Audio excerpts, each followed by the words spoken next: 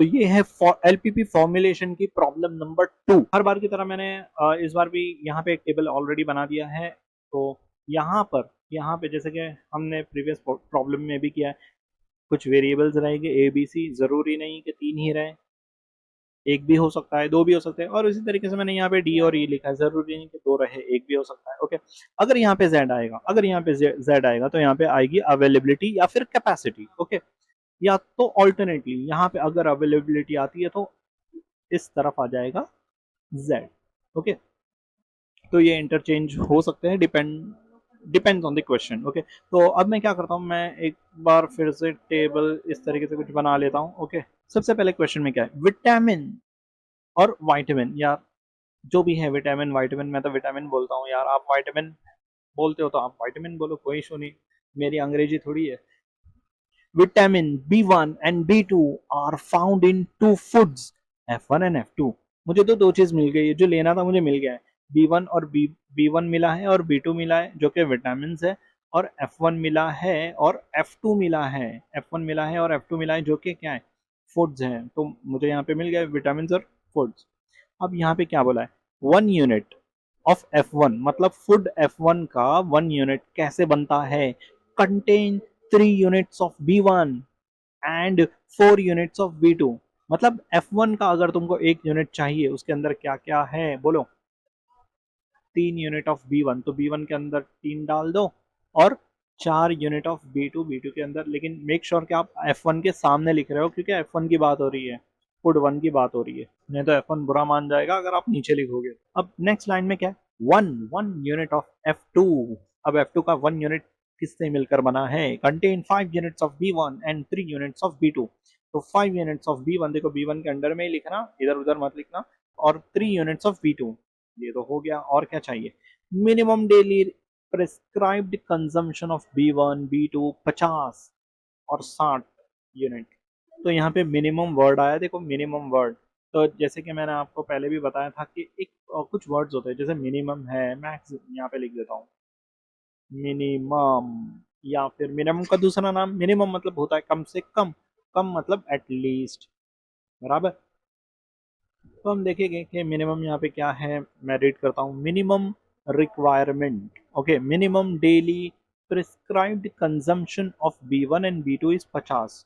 Okay, prescribed मतलब जो वही जो डॉक्टर वगैरह लिख कर देता है, कंजम्पशन ऑफ B1, तो B1 जो कंज्यूम हो रहा है, डॉक्टर ने जो प्रिस्क्राइब किया है। मिनिमम रिक्वायरमेंट कितनी है B1 की, B1 की तो मैं B1 के सामने लिखूंगा, क्योंकि मुझे वर्ड समझ में आ गए कि ये मिनिमम है, तो ये अवेलेबिलिटी ही हो सकती है, या फिर मैं इसको, इसका दूसरा नाम क्या है, कैपेसिटी बोल सकता हूँ, बात तो एक ही है। ओके, तो मिनिमम B1 का कितना है 50, और B2 का कितना है 60 यूनिट्स मिनिमम। तो क्या ये मिनिमम है, ये कम है या ज्यादा है, ये कम है, ये मिनिमम है, तो इसकी तरफ मुंह मत खोलो, ये कम है। इस तरीके से आपको बनाना है। आई होप कि आपको ये समझ में आया है कि हमें किस तरीके से इसे बनाना है। अगर अगर अवेलेबिलिटी या कैपेसिटी यहाँ पे बन रही है तो Z यहाँ पे बनेगा, और Z हमेशा होता है पैसों से रिलेटेड, जिसे हम कह सकते हैं प्रॉफिट आएगा या कॉस्ट आएगा। लेकिन हमेशा, ऑल द टाइम आपको यहाँ पे पैसा पैसा पैसा नहीं मिलने वाला। अब डिपेंड करता है क्वेश्चन पे। यहाँ पे क्या बोला है, अच्छा यहाँ पे कॉस्ट ही है, सॉरी पैसा ही बोले, पैसे ही बोले हैं इस क्वेश्चन में। तो ठीक है, cost per unit of F1 and F2 6 और 3 रुपए, 6 रुपए। F1 का कॉस्ट 6 रुपए, इतना सस्ता है। देखो F2 तो उससे भी ज्यादा सस्ता है, 3 रुपए।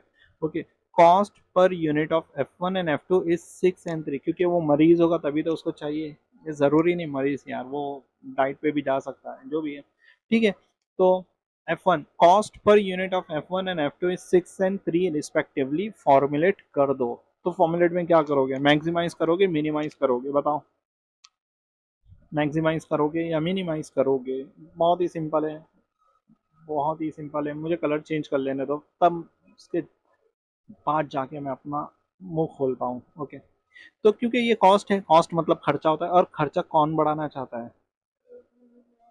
है ना, कि तेल के कुएं थोड़ी है जो हम खर्चे पे खर्चा करेंगे। तो यहाँ पे खर्चा हर कोई मिनिमम करता है, मिनिमम मैं यहाँ पे लिखूंगा मिनिमम, Z को मिनिमम करना होता है। अब क्वेश्चन ये बनता है कि Z कैसे करे, किस तरीके से उसकी इक्वेशन बनाए। तो z हमें मिला कैसे, ऐसे वर्टिकल में मिला है ना, ऐसे वर्टिकल में मिला है। ले लो इसको x, ले लो इसको y, और क्या। अच्छा जरूरी नहीं x और y, एक काम करता हूँ इस केस में मैं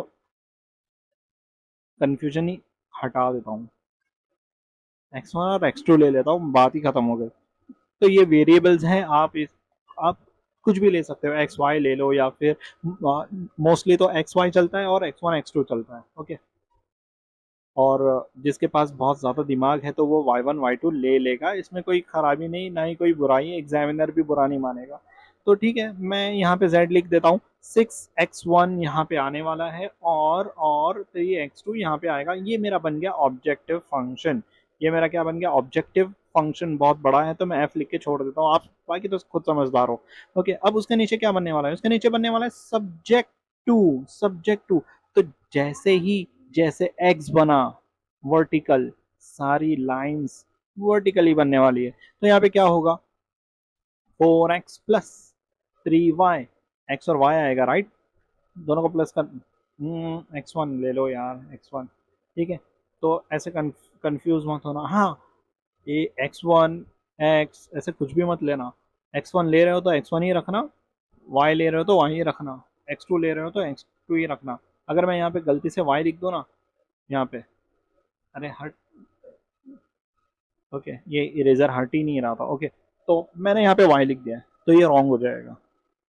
ओके, इसका ध्यान रखना। ओके, क्योंकि यहाँ पे हमने x1 और x2 को डिफाइन किया है, y को नहीं किया है, तो हमें यहाँ पे x2 ही लेना है। अब यहाँ पे क्या है, 60 और ऐसे दिखने वाली साइन, तो 60 और ऐसे दिखने वाली साइन यहाँ पे लगा दिया। अब b1 में क्या है, b1 में बहुत सिंपल है यार, 3x1 plus plus plus 5x2। आप तो समझदार हो, आप बताओ क्या है, ऐसे दिखने वाली साइन के साथ 50। तो ये हो गया। अब ये थी हमारी कंस्ट्रेंट्स, ये हमारी क्या थी, कंस्ट्रेंट्स। तो हमारे पास कितने कॉन्स्टेंट्स है, 1 2, दो इक्वेशन दो कॉन्स्टेंट्स।